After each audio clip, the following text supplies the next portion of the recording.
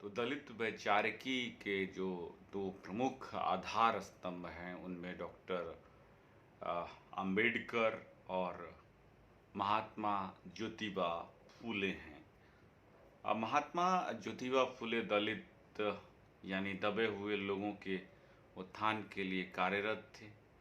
उन्होंने पहली बार दलित शब्द का प्रयोग किया। तो आपको ध्यान रखना है कि दलित शब्द का सबसे पहले प्रथम प्रयोग कौन कर रहा है, तो महात्मा ज्योतिबा फूले हैं, वो कर रहे हैं। डॉक्टर अंबेडकर भी इस शब्द का इस्तेमाल करते थे।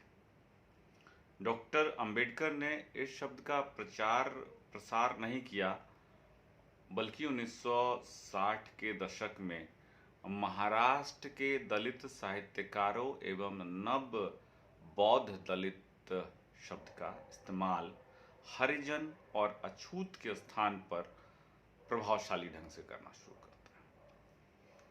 अब एक जो आधुनिक काल में जो एक बड़े विचारक हुए हैं, लेखक हुए हैं, कांचा इलैया, इन्होंने कहा कि दलित कोई शब्द नहीं है, बल्कि एक वर्ग है। और कहते हैं कि दलित शब्द न केवल कोई वर्ग का संकेत करता है, बल्कि एक जीवन स्रोत एवं जीवन शैली का भी विवरण करता है। दलितों का ज्ञान दैनिक जीवन की कर्म, क्रियाकलाप, उपयोगी वस्तुओं से जुड़ा हुआ है। इस तरह इनका ज्ञान स्रोत उत्पादन पद्धति एवं वस्तुओं से तालमेल रखता है।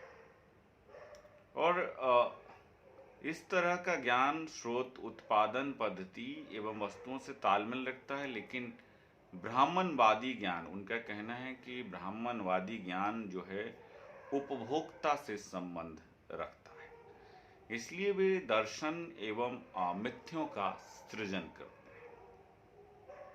इस तरह दलित समाज के संघर्षशील विकास के साथ साथ दलित शब्द जैसे जैसे विकसित होने लगता है, इस विकास के कारण पूर्ण व्यवहार में लाए जाने वाले अछूत, हरिजन जैसे नकारात्मक घृणित शब्दों से मुक्ति मिली।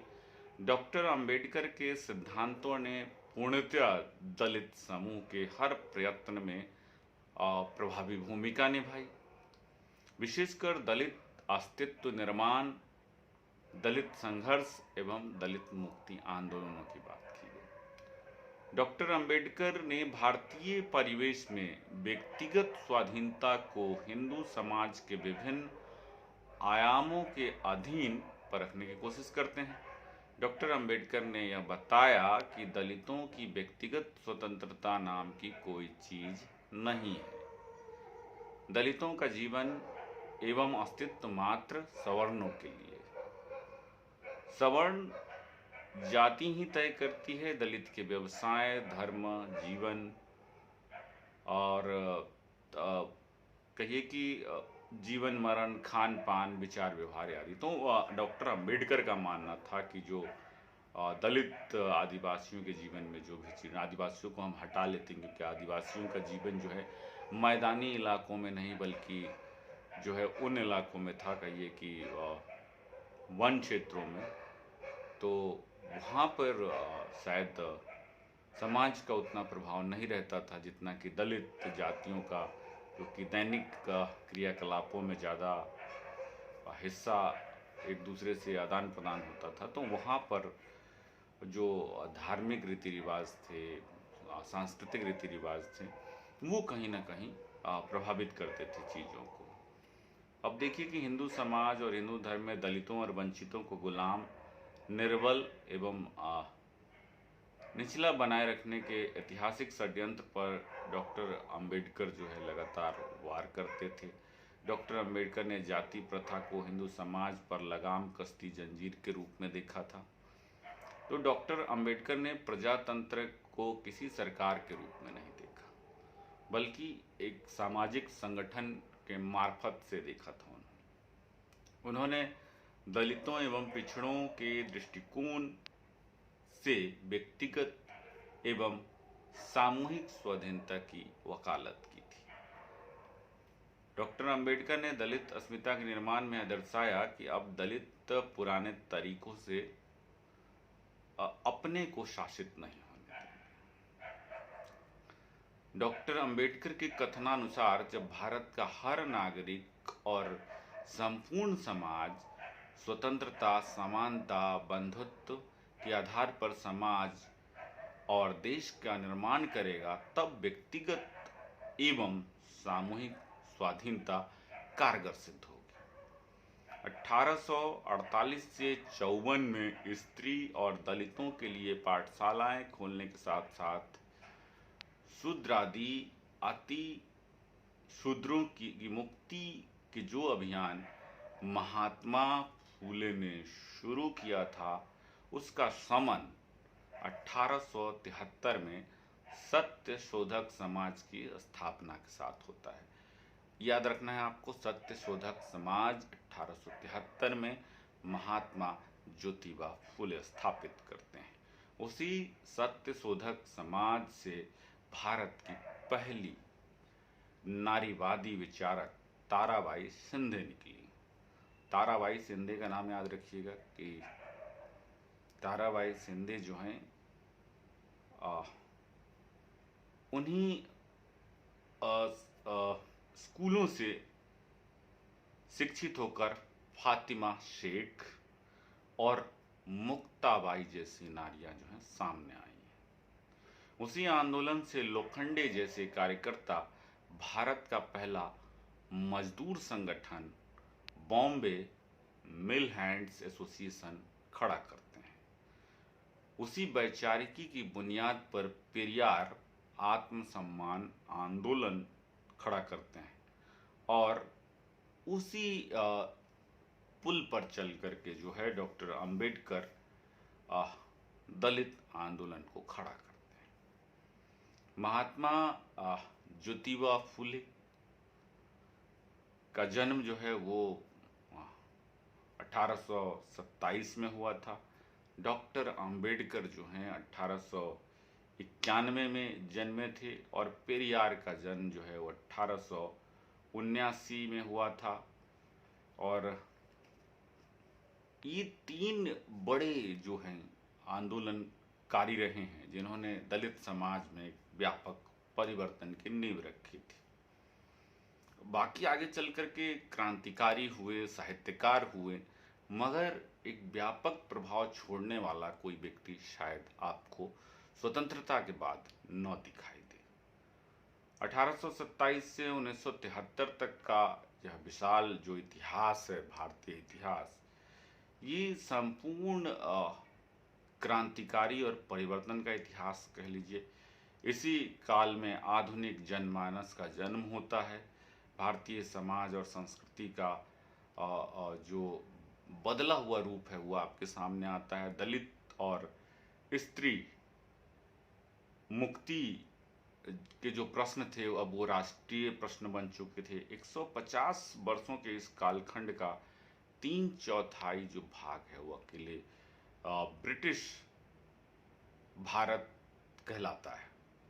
इस कालखंड का 3/4 भाग जो है वो अकेले ब्रिटिश भारत का हो जाता है, जिसमें नवजागरण के तमाम सुधार कार्य होते हैं। सती प्रथा का जो उन्मूलन है वो भी इसी दौरान होता है। राजा राम मोहन राय के बारे में आप सब लोग जानते हैं कि 1834 के आसपास जो है स्त्री समस्या थी, जो एक स्त्रियों से जुड़ी समस्या थी, सती प्रथा, उसका अंत होता है। यद्यपि महात्मा फूले अंबेडकर को भी अंग्रेजी सरकार से बहुत शिकायतें रही और फिर भी दलितों और स्त्रियों के हित में किए गए कार्यों के लिए ही महात्मा फूले ने अंग्रेजों को दलितों का मसीहा कहा था। और बाबा साहब ने कहा था, अंग्रेज देरी से आए और जल्दी से चले गए। तो 1857 की समाप्ति के बाद फूले कहते हैं कि उस विद्रोह में अगर अंग्रेजी शासन यहाँ से जाता तो इतिहास की पुनरावृत्ति होती। उनके कहते हैं कि 1857 में अगर अंग्रेज चले जाते उस प्रथम स्वतंत्रता संग्राम के बाद, तो शायद इतिहास में किसी प्रकार का परिवर्तन नहीं होता, खास करके सामाजिक परिवर्तन तो बिल्कुल नहीं होता। तो ऐसा उन्होंने कहा। फूले का जीवन कोई बहुत आसान जीवन नहीं था, कठिन जीवन था। और कहा जाता है कि अ, जब वे केवल 9 माह के शिशु थे तभी उनकी माता चिमनाबाई जो हैं वो उनका देहांत हो गया। विधवा मौसेरी बहन सगुन बाई ने उनका जो है पालन पोषण किया। और सगुन बाई एक अंग्रेज अफसर की नौकरानी थी, इसलिए अंग्रेज अफसर के बच्चों के साथ फूले की शिक्षा दीक्षा हुई। और मेधावी फूले ने तुरंत ही अंग्रेजी, मराठी और गणित आदि विषयों पर अच्छा ज्ञान प्राप्त कर लिया था। अब बात करते हैं कि कुछ बड़े होने पर पिता गोविंद राव ने जो है उनको विनायक राव जोशी नामक अध्यापक पर फूले की शिक्षा का भार सौंप दिया। जोशी जी फूले की प्रतिभा को देख कर के दंग थे, इसलिए उनकी सलाह पर पिता ने फूले का दाखिला चर्च ऑफ स्कॉटलैंड स्कूल में करा दिया था। समाज द्वारा महात्मा फूले की शिक्षा का विरोध करने पर पिता ने उनकी पढ़ाई बंद करवा दी। बहन शगुन बाई ने अंग्रेज अफसर लिजिट साहब से फूले की शिक्षा के लिए अनुरोध किया। 1843 ईस्वी में फूले का फिर से मिशन स्कूल में दाखिला करवाया गया। फिर से फूले ने ही पहले स्वाध्याय से बहुत कुछ सीखा। उसके बाद जो है वो आगे की पढ़ाई में दिक्कत नहीं हुई उनको, जब उन्होंने स्वाध्याय से वो सारी चीज़ें कर ली। तो इस प्रकार देखते हैं कि बचपन से ही शिक्षा, रोजगार और सम्मान से वंचित शूद्र और दलितों को देखकर फूले के मन में जो है प्रतिक्रिया हुई। और उस प्रतिक्रिया का नतीजा जो है एक वैचारिक आंदोलन था, एक सामाजिक आंदोलन था और एक सांस्कृतिक आंदोलन था। हम आपको बता दें कि उन्होंने स्त्री और दलित शिक्षा की अपनी चिंता अपने मित्र सदाशिवराव गोबर्ड को बताई। सदाशिवराव गोवंडे अहमदाबाद में जज के कार्यालय में नौकरी करते थे। फूले अपने मित्र सदाशिवराव के साथ उन स्कूल की संचालिका मिसेज फर्रार नामक अंग्रेज युवती से मिले और कुमारी फर्रार फूले की योजना जानकर बहुत खुशी हुई और उसने भारत में स्त्री शिक्षा के लिए पूरा सहयोग करने का आश्वासन दिया। उनके उत्साह को देखकर तात्या नामक एक परोपकारी व्यक्ति ने स्कूल खोलने के लिए न केवल मुफ्त में अपनी हवेली दे दी, बल्कि 5 रुपए माहवार की दर से आर्थिक मदद भी दे दी। तो आर्थिक मदद जब इनको मिली तो इसी भवन में महात्मा फूले ने 1 जनवरी 1848 में इस देश का पहला स्त्री स्कूल खोला और पहली छात्रा बनी उनकी पत्नी सावित्रीबाई फूले, जिन्हें कि बहुजन समाज जो है आज का वो प्रथम शिक्षिका के रूप में देखता है। तो 15 मई 1848 महात्मा फूले ने पुणे के नानपीठ मोहल्ले में अपना दूसरा स्कूल खोला। इस स्कूल में पहली बार लड़कियों के साथ लड़के भी दाखिल हुए और इस विद्यालय का भार अपनी बहन सगुन बाई पर छोड़ करके फूले ने राज्य के दूसरे हिस्सों में भी स्कूल खोलना शुरू कर दिया और उसका अभियान चलाया। 5 वर्ष बीतते बीतते फूले की पाठशालाओं की संख्या 18 हो गई थी। फूले ने जात पात एवं स्त्रियों की स्थिति के विरुद्ध कई बड़े संघर्ष किए और छूतों के लिए कुएं और तालाबों से पानी भरने पर लगे प्रतिबंधों को उन्होंने खुद ही पानी भर करके तोड़ा। उन्होंने हिम्मत और साहस दिया। बाल विवाह, सती प्रथा, कन्या हत्या आदि के विरोध में फूले ने अनेक प्रकार के आंदोलन चलाए। तो इस प्रकार देखते हैं कि महात्मा फूले का जो योगदान है वो समाज की जो रूढ़ियाँ थी, समाज के भीतर जो चली आ रही लंबे समय से समस्याएं थी, उसको